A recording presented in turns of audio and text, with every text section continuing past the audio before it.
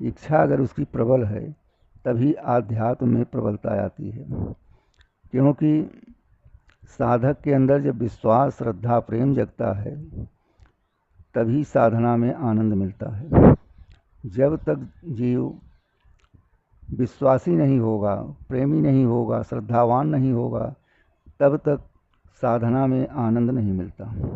आनंद की प्राप्ति आनंद कंद भगवान की है, नारायण की है, जिसे पूर्ण ब्रह्म कहा जाता है। आज देखा जा रहा है कि संसार में हर जगह धर्म का बोलबाला हो रहा है, धर्म खूब बढ़ रहा है, लेकिन ज्ञान वैराग्य का लोप हो रहा है।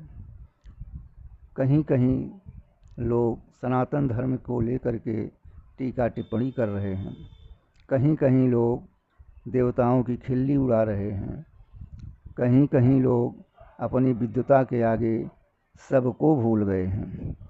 मार्ग जो सुसज्जित है उसको दूषित किया जा रहा है। ऐसी विद्वता किस काम की? लेकिन शास्त्रों में लिखा है कि कलिकाल में ऐसे ही विद्वान होंगे जो खूब नाचेंगे, खूब गाएंगे, अपनी प्रतिष्ठा बढ़ाएंगे, लेकिन धर्म का जो है लोप करेंगे, क्योंकि संसार चमत्कार के ऊपर भागता है। जीव जहाँ सुंदरता देखता है वहीं पर ठहर जाता है।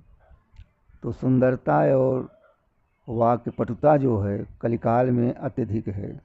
जो साधक अपने सही मार्ग के द्वारा साधना कर रहे हैं उनकी कलयुग में कोई गिनती नहीं है। इसलिए हमें अपने को सुधार करके ही आगे बढ़ना चाहिए, क्योंकि हर युग में कोई न कोई समस्या रही है, लेकिन कलिकाल में तो हर समय समस्या बनी हुई है अधर्म के ऊपर। धर्म का नाम ही नहीं है, केवल दिखावटी धर्म हो रहा है, क्योंकि धर्म करने का जो मूल रास्ता है उसको सब भूल गए हैं, जिसका कारण है कि आज हम लोग परेशान हैं और कलयुग के अंतर्गत में हम दुख को भोग रहे हैं। ऐसी अवस्था में हमें नारायण की ही शरण जाना चाहिए। नारायण के शरण जाने से ही कलयुग में रह करके अपने को मुक्त कर सकते हैं। अन्यथा नारायण की शक्ति जो है वो अनंत है। समयानुसार निराकार होते हुए भी वो साकार रूप ब्रह्म में अवतार लेते हैं। इसीलिए अवतार लेते हैं कि धर्म नष्ट हो रहा है, उसे बचाना है, अधर्म को नष्ट करना है। अधर्म पाप राक्षसपन ही है, और धर्म सात्विक मार्ग, सात्विक आहार व्यवहार और ईश्वर की आराधना, उपासना, जप करना ही सबसे बड़ा धर्म का मूल जड़ है। आज हम अपने मूल जड़ को भूल करके और पत्ते पत्ते पर डांक रहे हैं, जिसका कारण है कि लोगों की अवहेलना हो रही है।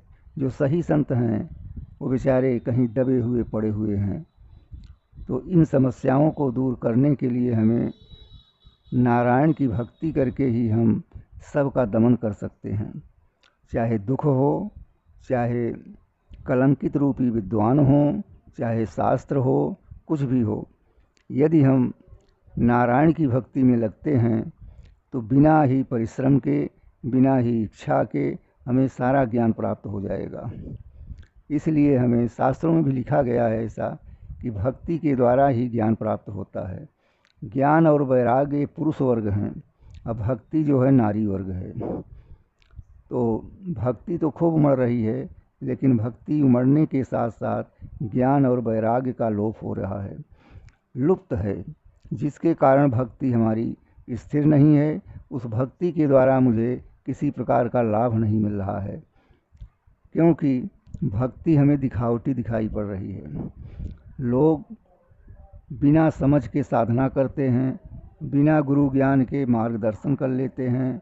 जितने विद्वान मठाधीश अन्यत्र नए नए अपने अपने मार्ग को बनाए हुए हैं, वे सब अधर्म के मार्ग पर पैर रखे हैं, क्योंकि जो हमारा पुराना रास्ता है, जैसे आदि गुरु शंकराचार्य आश्रम है, माधवाचार्य है, निम्बारकाचार्य है, रामानुजाचार्य आश्रम है, इन आश्रमों को लोग छोड़ करके और मनमुखी मंत्रों का प्रयोग करके जनता को गुमराह कर रहे हैं। अब ऐसे ही कलयुग के अंदर विद्वान आपको दिखाई पड़ेंगे, इसलिए ऐसे विद्वानों से बच के रहिए, क्योंकि जिसके द्वारा हमें रोटी मिल रही है, जिसके द्वारा मेरा जीविकोपार्जन हो रहा है, जिसके द्वारा मुझे चलने फिरने का मार्ग मिल रहा है, जिसके द्वारा मुझे ज्ञान धर्म का मिल रहा है, आध्यात्म का ज्ञान हो रहा है, उसे हम भूल गए हैं और मनमुखी लोगों के पास जा कर के उल्टा सीधा मंत्रों का गुरु बना करके और उसे जप करके स्वयं तो गुरु महाराज नरक में जाएंगे, शिष्य भी बेचारे अनजान हैं इसलिए वो भी नरकगामी हो रहे हैं। तो कलयुग के अंदर यदि मुझे कुछ बनना है तो सतगुरु के शरण में जाइए, संतों के संग में जाइए, संतों की सेवा करिए। संत ही भगवान हैं। भगवान कहते हैं कि मैं तो भक्त के पराधीन हूँ, हम भक्त पराधीनो हे स्वतंत्र युद्धजय साधुर्भक्तिर्हृदयो भक्तिर्भक्त जनप्रिय। तो हम तो भगवान हैं ज़रूर, लेकिन भक्तों के पीछे पीछे हम रहते हैं, क्योंकि जो हमारा भक्त दुखी होगा तो भक्ति कौन करेगा।